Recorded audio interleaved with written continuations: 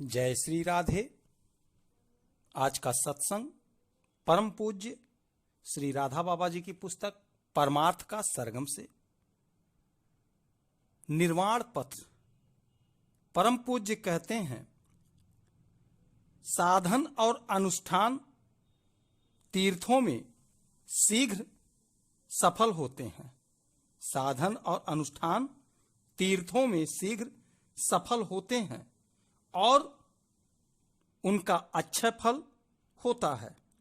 इसी विचार से साधु बाह्य सुपारक तीर्थ में वास करने लगे थे।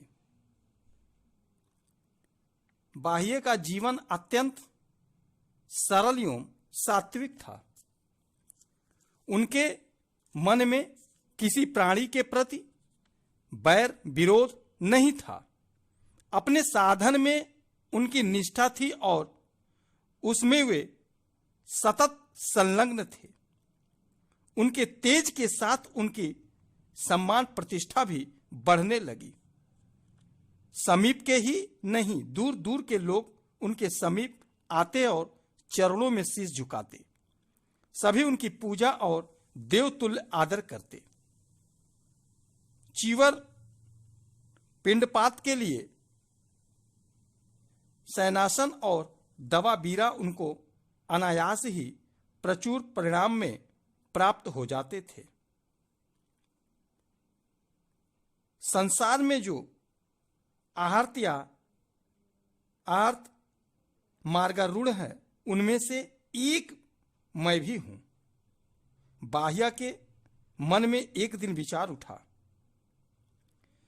बाह्य मेरा अत्यंत प्रिय है। बाह्य के कुल देवता ने सोचा कि यह सन्मार्ग पर चलने के लिए निरंतर प्रयत्नशील है। इसे मुक्ति की प्रत्येक क्षण कामना है, अतएव इसे सावधान करना चाहिए। बाह्य तुम आर्त नहीं हो। कृपा पूर्वक कुल देवता ने बाह्य के सम्मुख उपस्थित होकर कहा, आर्त मार्ग पर आरूढ़ भी नहीं हो। आर्त या आर्त मार्ग रूढ़ होने के पथ का दर्शन भी तुम्हें नहीं हो सका है। अभिमान नहीं करना चाहिए। यह निर्वाण पथ का सबसे बड़ा बाधक है। कृपामय बाह्य सहम गए। कुल देवता की ओर कृतज्ञता भरी दृष्टि से देखते हुए उन्होंने अत्यंत विनीत स्वर में पूछा, इस धरती पर ऐसे कौन हैं जो आहर्त या आहर्त मार्गारूढ़ हो चुके हैं? यह बता देने की दया कीजिए। बाह्य कुल देवता ने उत्तर दिया, इसी आर्यधारा पर श्रावस्ती नाम की एक पुण्य नगरी है। वहां इस समय भगवान बुद्ध देव निवास कर रहे हैं। वे भगवान तथागत ही स्वयं आहर्त हो जगत को आहर्त पद प्राप्त करने का मार्गदर्शन करा रहे हैं। उनके परम पवित्र धर्मोपदेश से जीव चिरकालिक भवबाधा से त्राण पा रहे हैं, मुक्त होते जा रहे हैं। कुल देवता अदृश्य हो गए और बाह्य भगवान बुद्ध देव के दर्शनार्थ सुपारक तीर्थ से चल पड़े। बाह्य जेतवन पहुंचे। ये सुपारक तीर्थ से यहां तक अनवरत रूप से चलते आए थे। यात्रा के बीच इन्होंने केवल एक रात्रि विश्राम किया था। इनको नेत्रों से सम्यक संबुद्ध भगवान बुद्ध देव जैसे समा गए थे। उन्हीं के दर्शनार्थ उक्त पवित्र तीर्थ को त्याग कर वे द्रुत गति से चल पड़े थे। जेतवन की पावन भूमि और वहां के सघन वृक्षों को देखकर उन्हें अपूर्व शांति मिली।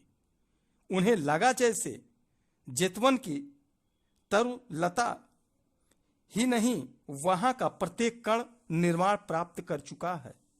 वे श्रद्धा विभोर हो गए।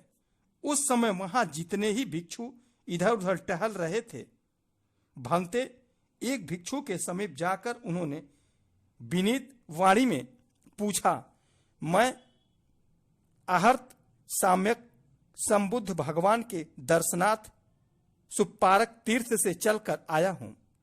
इस समय वे कहां विहार कर रहे हैं? बाह्य भिक्षु ने उत्तर दिया, आप कुछ देर यहां विश्राम करें। भगवान पिंडपात के लिए इस समय गांव में गए हैं।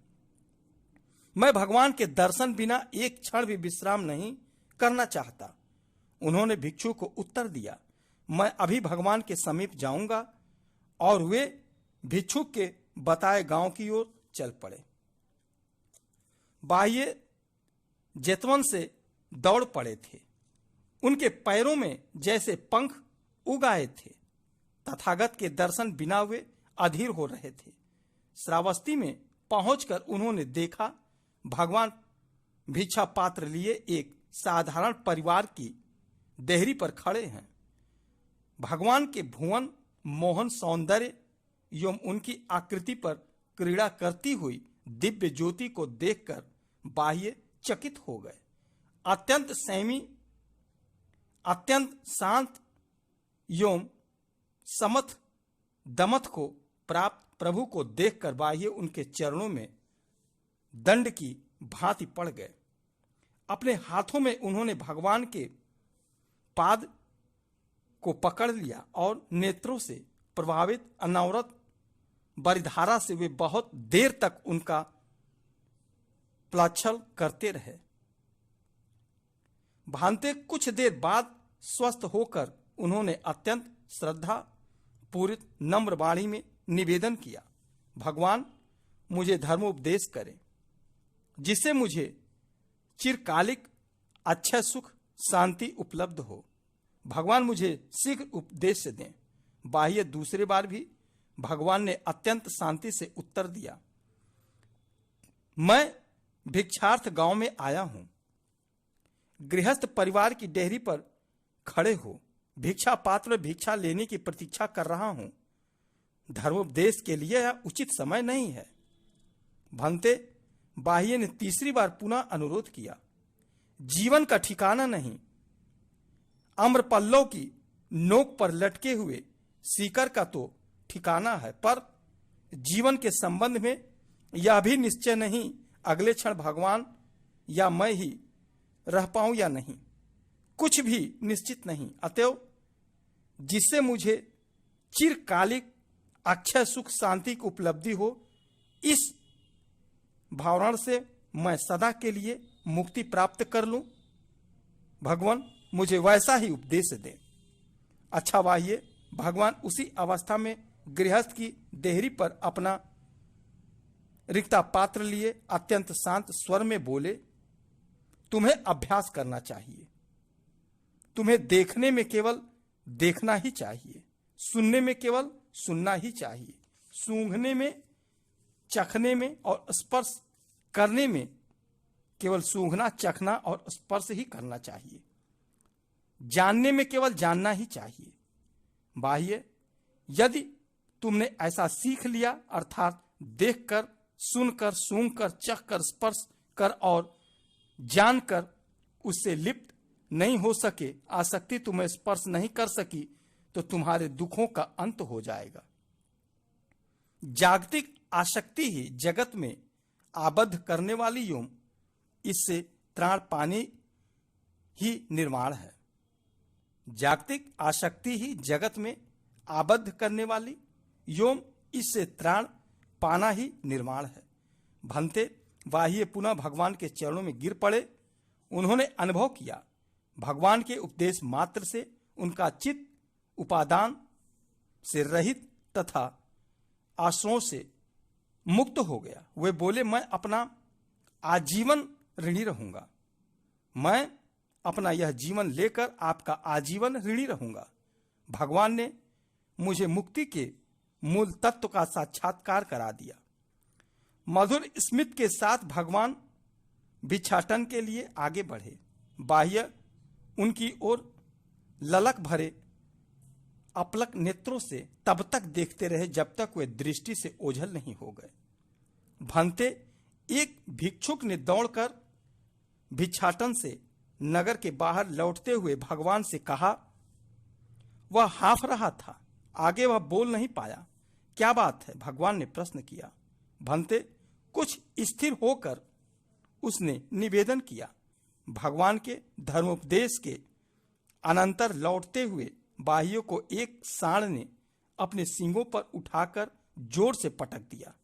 बाह्या का ऐहिक जीवन तत्काल समाप्त हो गया। उसका शव कुछ ही दूर पर पड़ा है। भगवान द्रुत गति से बढ़े। उन्होंने बाह्य के शव को देखकर एकत्र भिक्षुओं से कहा, भिक्षुओं, यह तुम्हारा एक सब्र ब्रह्मचारी अर्थात गुरु भाई था। इसकी निर्जीव देह की अर्थी बनाकर अग्नि में जला दो और इसके भस्मों पर स्तूप निर्मित करा दो। जैसी आज्ञा। भिक्षुओं ने उत्तर दिया और वे बाह्य के शव के अंतिम संस्कार में लग गए। भंते भगवान के चरणों के समीप बैठकर भिक्षुओं में से एक ने विनम्र निवेदन किया। भगवान के आदेशानुसार बाह्य की निर्जीव देह प्रज्वलित अग्नि में भस्म कर दी गई। उनके भस्म पर स्तूप उठवा दिया गया।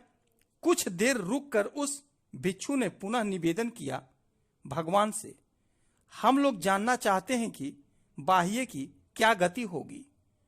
अत्यंत शांत एवं गंभीर वाणी में उन्होंने धीरे धीरे उत्तर दिया, भिक्षुओं, जब क्षीणाश्रव भिक्षु आत्म साक्षात्कार कर लेता है तब वह रूप अरूप तथा सुख दुख से छूट जाता है। बाह्य ने मेरे बताए धर्मोपदेश को ठीक से ग्रहण कर लिया था। वह निर्माण के मार्ग पर आरूढ़ हो गया था। भिक्षुओं की आकृति पर हर्ष नृत्य कर उठा। भगवान मौन हो गए। शीतल मंद समीर भगवान के चरणों को स्पर्श कर प्रसन्नता से नृत्य करने लगा। जय श्री राधे।